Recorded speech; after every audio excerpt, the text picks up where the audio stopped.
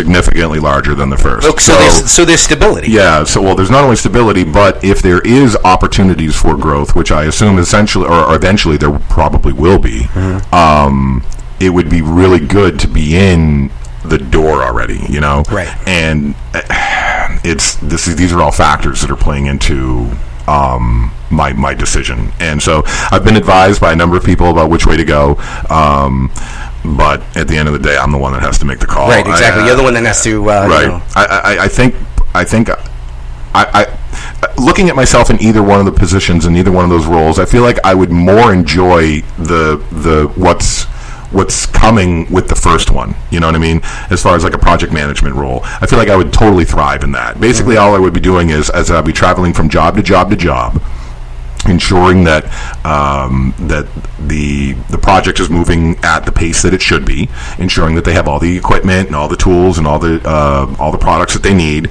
in order to get the job done. If not, making sure that it gets ordered, that sort of stuff. I feel like I would totally thrive in that role because I'm a real person. You know what I mean? Like, I've worked with project managers before who were total dicks. They'd show up and they'd be like, "Why the fuck isn't this? And what the shit is fuck?" And it's like, dude, you're not motivating me to work right now. You're making me want to fucking take my sweet time. As soon as you walk off the job, I want to go take a 15-minute break. You know what I mean? So, I mean, I'm a person. I'm someone who has empathy, and I understand what it's like. So I feel like in that role, I would actually thrive. And the other one, I'm just not 100% sure when or what advancement is there. But it is a tough call because, again, that one pays more. The second one pays more. And, I mean, I don't want to say we're talking a significant amount more, but it's a tough call, man. Because if shit doesn't work out in the first one as promised, then I would be kicking myself in the face that I didn't take the second one. So it is a tough call. But given the fervence, these are words that I know that some people don't understand. But given the level of excitement that they had for wanting me to quickly advance into the project management role, I mean, I read it on their face. They were deadly serious about it. Like, we genuinely need you in this role. We don't, with your experience and your level of knowledge. So it's, like I said, it's a tough call, but I don't know. We'll see. I'll decide in the next couple of days. No, that's good. Yeah. I have been pretty thankful that these opportunities have presented themselves. Yeah, I'm curious. Right. Please let me know, because, like I said, you're great.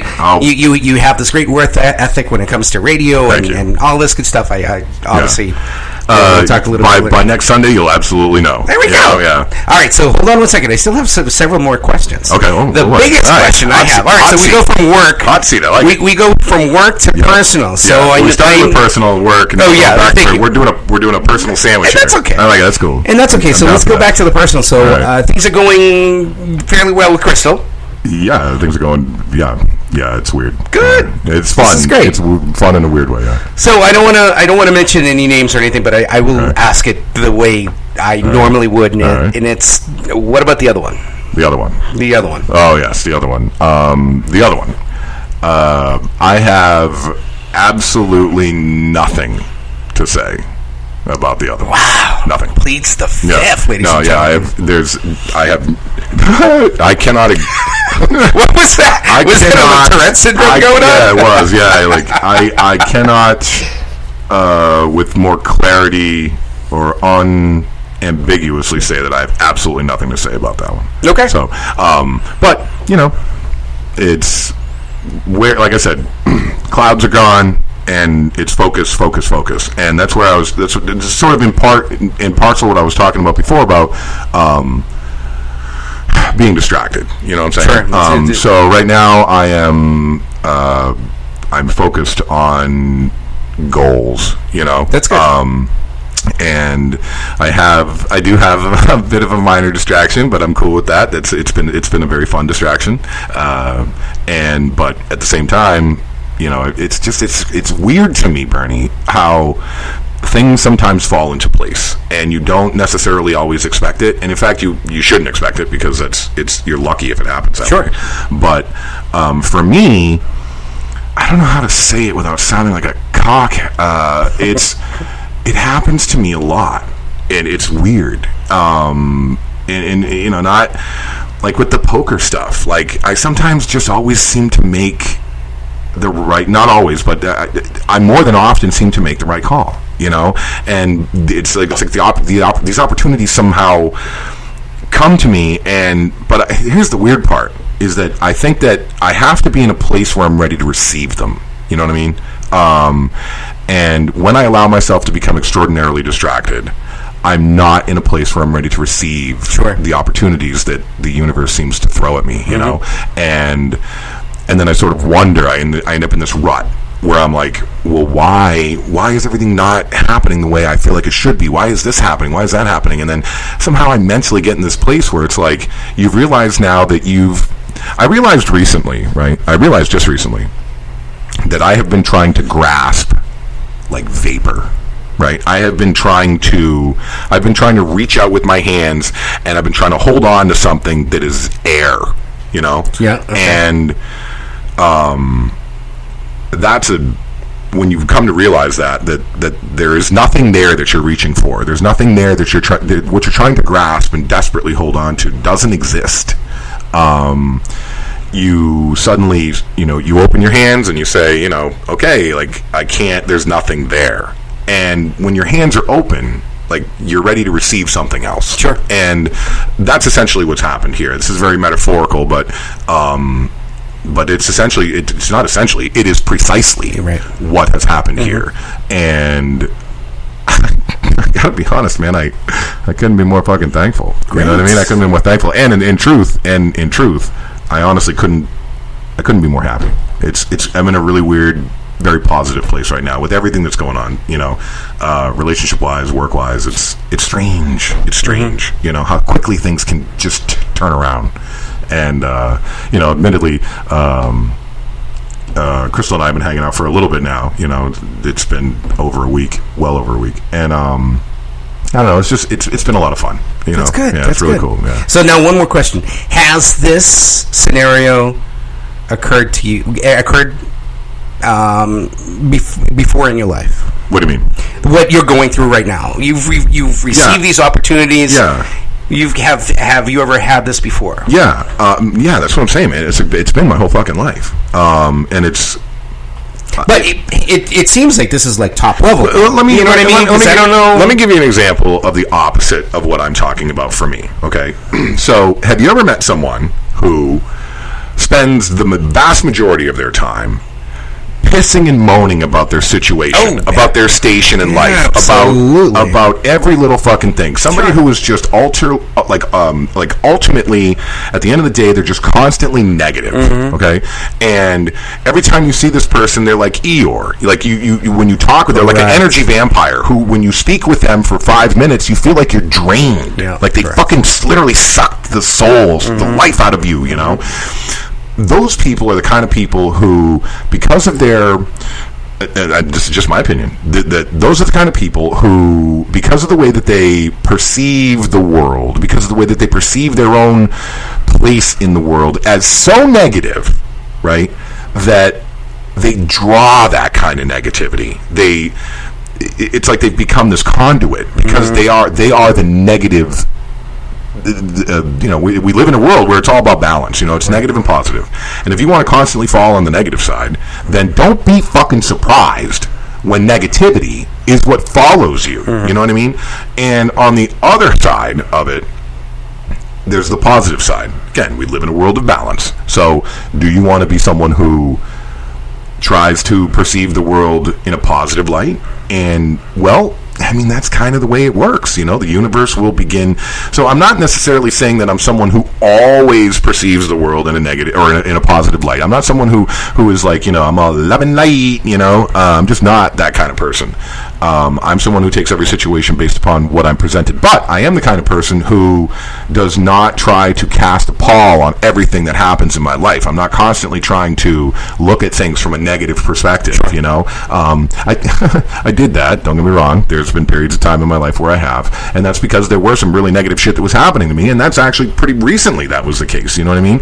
Having these opportunities and then having the rug ripped out from underneath me, man, I'm telling you, that fucking fucked me up. I had this opportunity to work in radio again, full-time, salaried, and everything's great, and then I'm being promised that that's not going to change, and that it's good, and we're good, and we're good, and we're good, until we're not good, and unfortunately, I never had anyone that asked me, like, how did that feel?